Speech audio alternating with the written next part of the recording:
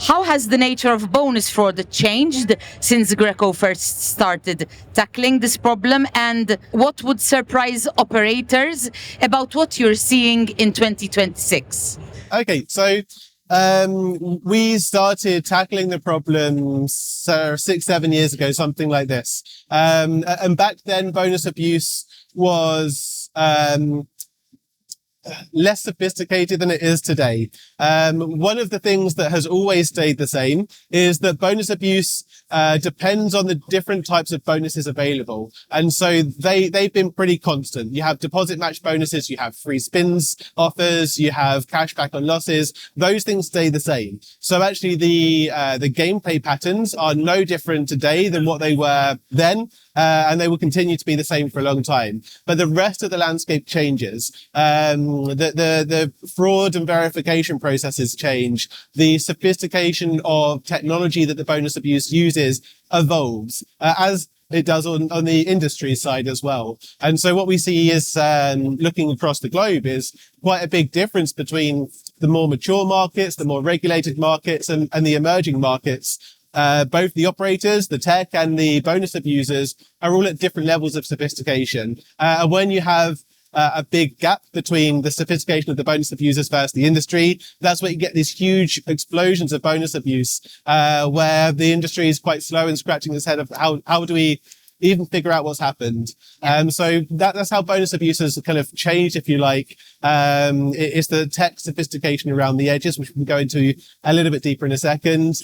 But in terms of things that surprise for 2026, is personally, nothing surprises me anymore. But I think many operators, much of the industry is surprised by the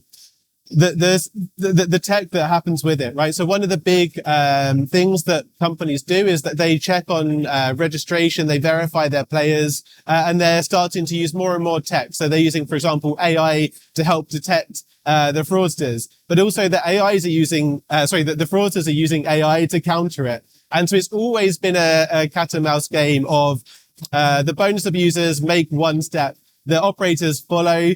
Then they go, okay, we're now being caught here. It's not as easy. Let me transition to the next thing, the next thing. And it could be payment methods going from the days of e-wallets like Skrill and PayPal to now moving to Monzo and Revolut. That's the current issue with payment methods. And there's similar changes with the devices, the IPs. But again, the bonus abuse stays the same, the actual gameplay itself. I think I already have the title of the article. Nothing surprises me anymore. I love that. Let's talk about the gameplay risk engine. When you analyze player behavior in real time, what patterns are you actually looking for that tell you someone's likely abusing a bonus? Okay, so it's a good question. We look for absolutely everything. We know all of the behaviors of bonus abuse. I would categorize them as some are cheating behaviors. They're big red flags, and you want to tackle them in a very strong way. Other types of bonus abuse are not cheating. They're maybe subjective in terms of how you should view them, but they're still value seeking. They're still doing it for the purpose of making money. And so it's normally staying within the terms, but optimizing in certain ways. So the patterns of gameplay that we see, when it comes to, for example, deposit match bonuses, any bonus that has wager requirements associated to it, we're looking for the behaviors of what we describe as exploitable slots abuse, which is using specific casino content where players can build value, store value, and carry that value forward to future paid spins, to future deposits, to future bonuses. And this is a very clever type of bonus abuse where actually, I think the figure's around 10% of all games created can facilitate this type of bonus abuse. So every single week, there's dozens of new games coming in, which can be used for that purpose. Oh, wow. Another one of the challenges or problems that we look for is what we call cash stashing. So this is a process of undermining the consumption order of a bonus. So where players will typically have to pay through their cash, their deposited cash, before they can actually play their bonus. And that's a way that operators use to offer big bonuses in a relatively safe way, because you expect the player to lose their cash to you before they even touch the bonus. Bonus abusers target this type of offer by quite simply hiding their cash.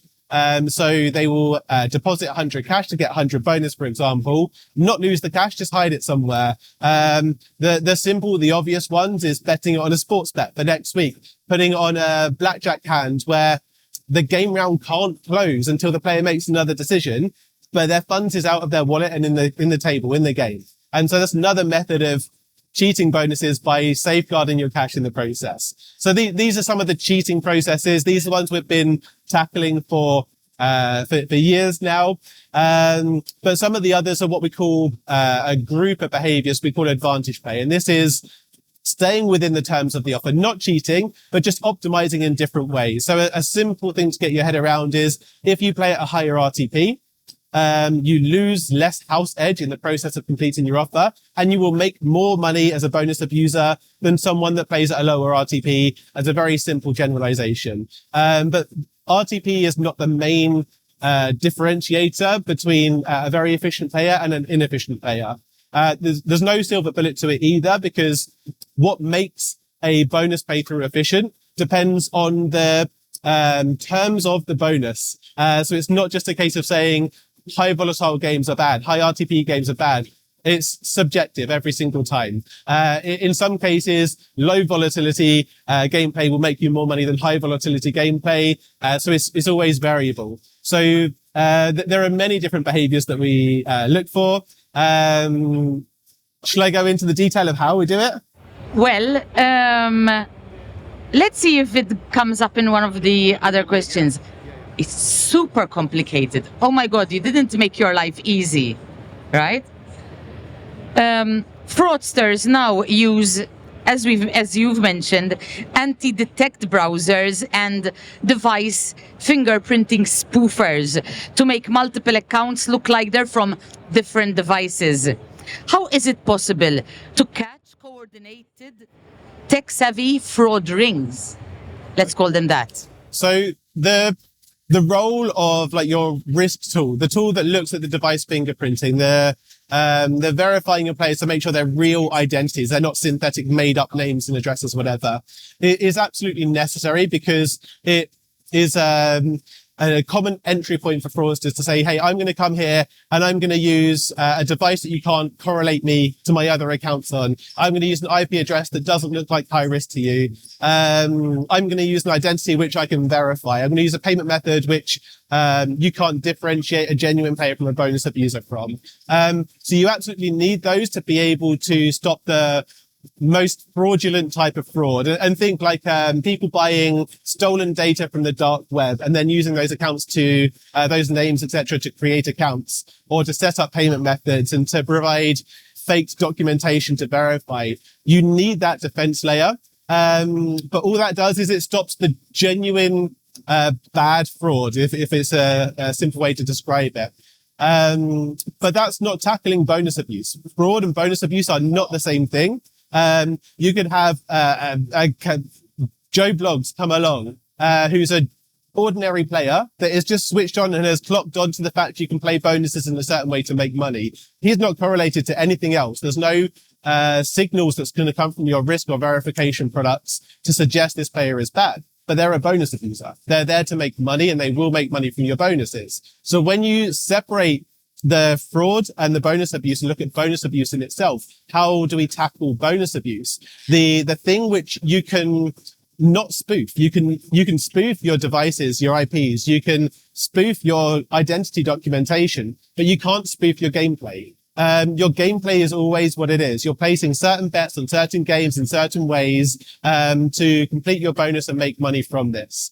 And that's the one area which is always true. And it doesn't matter if someone is a trained bonus abuser, accidentally has the same methodologies as a bonus abuser, or even there's a lot of correlations between a high roller, a VIP player, and some bonus abusers in that they will play high stake sizes. Some of the markers of bonus abuse they will have in their gameplay. So if you can actually understand all of the behaviors from a gameplay perspective, you can understand the value of a player from that gameplay perspective. It doesn't matter if people can spoof their tech or not. It doesn't matter if they can make up identities or verify identities or not. You can always tell their intent from their gameplay. Oh, wow. Can I just add one interesting caveat to that? Yes. So one of the things, actually, maybe this touches on your point from earlier of what things are surprising in the current day, is the cybersecurity elements of like hacking and things like this. People being able to spoof their gameplay. That's the only caveat to this. We're seeing in a small number of places, but it happens. People how to describe it in a simple way, playing certain games and spoofing that information to the operator. So one of the examples of how this was done through what we described as a URL hack, changing the URL that you're playing, the game that you're playing.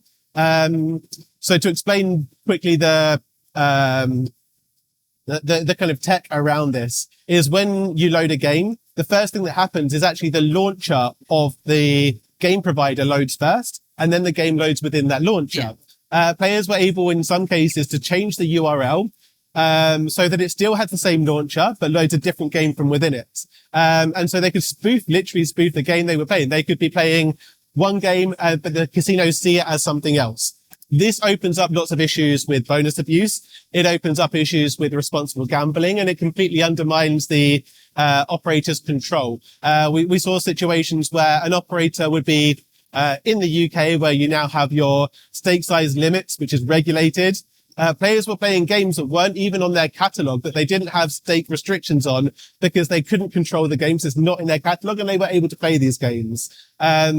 So that's the only caveat of spoofing gameplay, but that's a cybersecurity issue, which can and should be plugged in all cases.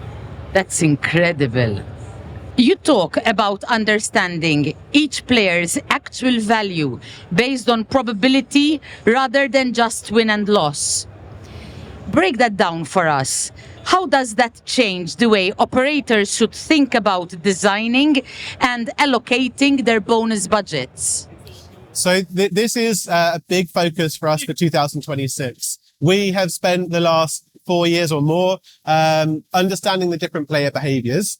And the reason they're problematic is because all of these different bonus abuse behaviors equate to the player making money. They're negative value behaviors. What we've now done is, because we understand, firstly, and the simple truth is that not every, like, one bonus doesn't have a single value. The value of a bonus changes to each and every player that has that bonus based on how they play it. I don't mean wins and losses. I mean the theoretical value of that bonus. If you give that bonus to a high roller, for example, a VIP player, it's quite likely that that bonus will be worth a lot to them. It might be that they will average a 50% conversion rate. If you give the same bonus to a genuine player, maybe that figure's only 10%. If you give that bonus to a bonus abuser, maybe it will be 90%, will be the average bonus conversion. So when you understand every behavior that can affect the value of a bonus, and you understand how to calculate the value of each of those different behaviors, you can then understand the actual true, what we call the true value of a player. We can say, okay, the player took a welcome bonus, they played it in their very unique custom way. The value of that bonus was exactly X. It's mathematical. It's the underlying truth. It's the value of that bonus to that player based on how they played. To describe that slightly differently, if they played that same behavior 1 million times over, that long-term average, that's the value of the theoretical value of that player to that, that bonus to that player.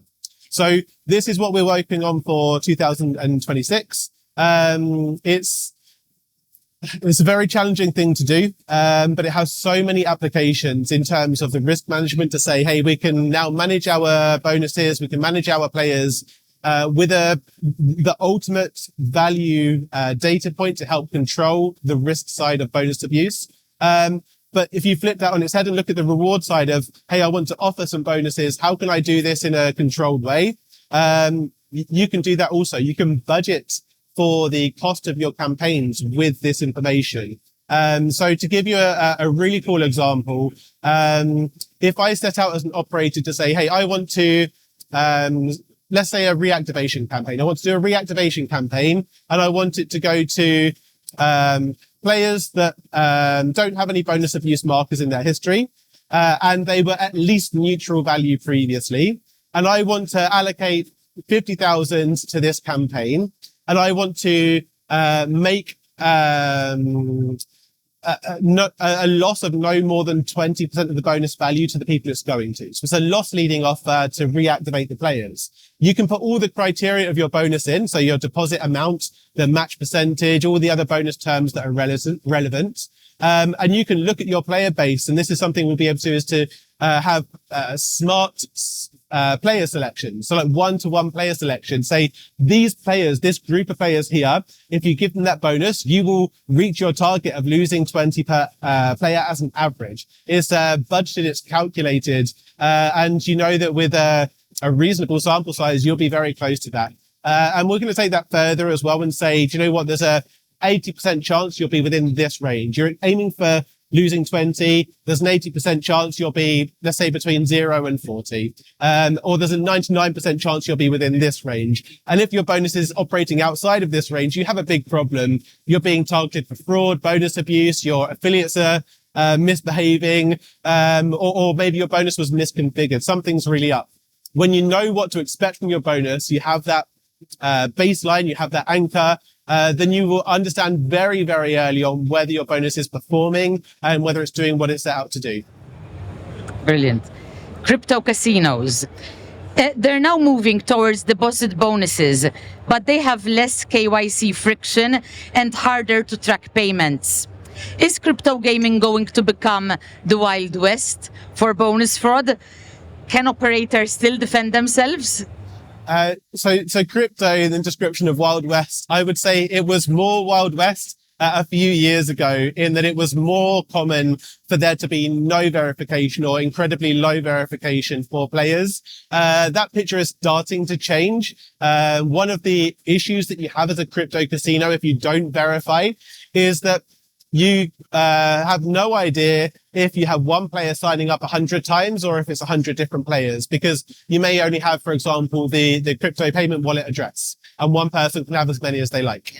So when you start to verify, when you start to put names to people, dates of birth, addresses, the other verification information, you can then be confident that if the same player registers twice, you're likely to be able to correlate those as duplicate accounts. So the crypto space is now verifying more. We're seeing trends like, if you verify, you don't have to verify, but if you verify, you'll be eligible for bonuses. Or you don't have to verify, but if you don't, your bonuses come with 80x wagering. If you do verify, they come with 20x wagering. They're essentially incentivized to do so. And that then allows crypto casinos to bonus in a safe way. Of course, the issue is if you don't verify and you give bonuses, if you even offer just say €1 of value on your bonuses to your players, because you can sign up many, many times, you just run a script and you create thousands of accounts, and that €1 of value is now thousands or tens of thousands in losses. So you need some level of verification to be able to bonus in a good way. What happens once a player is flagged as high risk? Do you recommend blocking them, giving them warnings, or is there a smarter strategy? Really, it's a very subjective question. So we understand the behaviors, we understand whether they're cheating, whether they're high risk and low risk, etc. And one piece of this is an education piece. Much of the industry doesn't fully understand the risks, and so we can give the guidance for the operators to make the right decisions. But what you make as a decision is completely subjective. If you look at a heavily regulated industry, if we flag, for example, a player which is cheating, you may not be able to confiscate from that player. Whereas if you're in a lesser regulated market, perhaps you can, and perhaps your operational preference is to confiscate in those situations as a way of safeguarding your money and as a way of a deterrent. So we can give the guidance, but ultimately what we're doing is we're providing the real-time information back to the operators to say, hey, this is the behavior that we're seeing now, here and now. And it will then be configured within the platform that certain people will be notified, or certain automations will happen to bonus ban, to confiscate, to block withdrawals, to notify the VIP manager, to notify the fraud manager, whatever's relevant from the operator's perspective. we can trigger those decisions, but we don't make the decisions for the operator. Okay, beyond stopping fraudsters, there's a bigger story here. Using data to understand players better, protect players, and run fairer games. How do you see Greco's role in shaping what responsible iGaming actually looks like in 2026? It's a fun question, actually, because there's so many things that the industry could do better for the player, do better all round. One of the things that often happens is when an operator doesn't fully understand the risk, their approach is too heavy-handed. And so there's lots of examples of this, of having an influx of bonus abuse and knowing you're losing money, but not understanding where it's coming from, how it happened, where it's going. Situations where withdrawals for all players are suspended until they figure it out. Good players, bad players, everyone is affected by this. Or situations where players are cheating on undermining the wager requirements in offer using the exploitable slots. And so they increase the wager requirements, say from something typical and friendly, like 40 times turnover, to 60 times, and then still be abused, and then make it 80 times, still be abused, make it 100 times. And it gets to a point where it negatively affects all of the genuine players. They become heavily hindered by this. So whether it's withdrawal times, the value of their promotions, the payment methods which are allowed to be used, the amount of verification that they have to do, it all creates so much friction. And a lot of it is not unnecessary, but the degree that they go to, the way that it's targeted, is too heavy-handed for what the situation actually is. So I think there's a lot that can happen to make the whole environment more friendly, better for the player, more transparent. And you also said the word fairer as well. I think the kind of games available, there's so many user experience things that we haven't dug into that are affected by this as well. Not just the withdrawal times, but things like which games the players are allowed to play with a bonus, and then the tech in how they manage that, saying, okay, these 20% of our games on our site are problematic for bonus abuse. So many platforms don't have a good way of managing this, and they will simply allow the player to load the game still, but not transfer their bonus balance in. So if you're a player, just a casual player, you come on the site and you want to play your favorite game, you load it up and your bonus balance is not there. You're confused. Maybe you're going to go try another game and have the same thing. Or maybe you go to live chat and they say, hey, there's a terms and conditions list that's probably not up to date that says you can't play certain games. And it just creates these kind of really awkward and negative experiences. So I think by having better understanding of what the problems are, what the actual risks are, by having a strategy in place to manage the risk, you can avoid these situations where things escalate too quickly, where you make knee-jerk decisions that you end up living with them for a long time that aren't necessarily the best or the right decisions given the circumstances. And you do end up losing a lot of players. You're touching on probably one of the most interesting arguments in the industry right now, which is if you cause problems for players, they're not going to stop gambling. They're going to go elsewhere. And it is... The black market discussion is huge. Players go there because it's easy, it's frictionless. The customer experience, not in every case, but in many cases, is better. What the black market does have, or the only thing the black market has, is reputation. That's how they acquire and retain their players. And so that a lot of them are terrible companies. Yeah. Many of them are actually really focused on delivering a good player experience and are reputable in that way. Yeah. There's still obviously a big gap to be designed in terms of the responsible gambling element. But from a player experience perspective, often they win. And it's the same, it's not an iGaming phenomenon. It's a case everywhere you go. Pirating movies or computer games is not done because people want to save money necessarily. One of the biggest things is they just want a really good user experience. So if you litter your content with ads and make things awkward, they just go somewhere where it's nicer. And it's the same is true with iGaming. Yeah. If you had to make one bold prediction about bonus abuse in 2026, what would it be? Is this the year the industry finally gets ahead of organized fraud, or does it get worse? Again, the fraud thing is a game of cat and mouse. You will never completely win. What will happen from the fraud side is that you will cut out the weakest things. So for example, you'll make it harder for players to spoof their devices. You'll make it harder for them to use VPNs or other IP spoofing services. You'll make verification harder to pretend to be somebody else if you're part of a multi-accounting group. But it doesn't make the fraud go away. It makes the fraud more like genuine players. They will use genuine devices, genuine IPs, genuinely verifiable players. So the fraud continues, and it will just get to a point where you funnel them into your blind spot. Rather than if you said, hey, do you know what? We have a problem in e-wallets with PayPal, with Skrill, these kind of things. If you leave those methods open, you've got incredibly strong signals to say, hey, we know where the bonus abuse is. We know where the fraud is. They self-identify by using these methods. If you take all of those away, now they're using genuine bank accounts, genuine bank cards, and you can't differentiate them on the payment methods. And you have all the, it doesn't go away. It just keeps changing and changing. The industry is now using AI to detect patterns. The fraudsters are now using AI to make sure they're not just running a pattern script, that they're all personalized, they're all unique in the way that a human would be with their data points, with their data trail.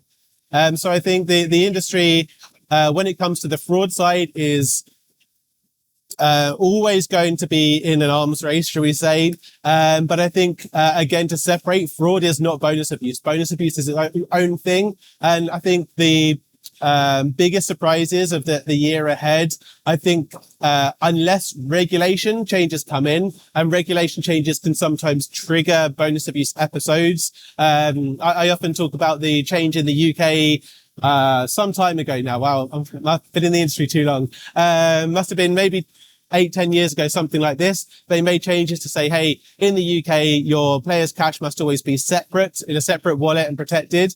That suddenly opened up things like cash dashing and other related wallet-based abuse methods, which didn't exist beforehand. So if regulation comes in and changes things, which they have a habit of doing, that may open up some opportunities for bonus abuse. Otherwise, I think the industry, with tools like ours, will get more sophisticated at understanding their player behaviors, understanding their risks, and putting controls into place. And I think that's only going to be a positive thing for the whole industry. Thank you very much.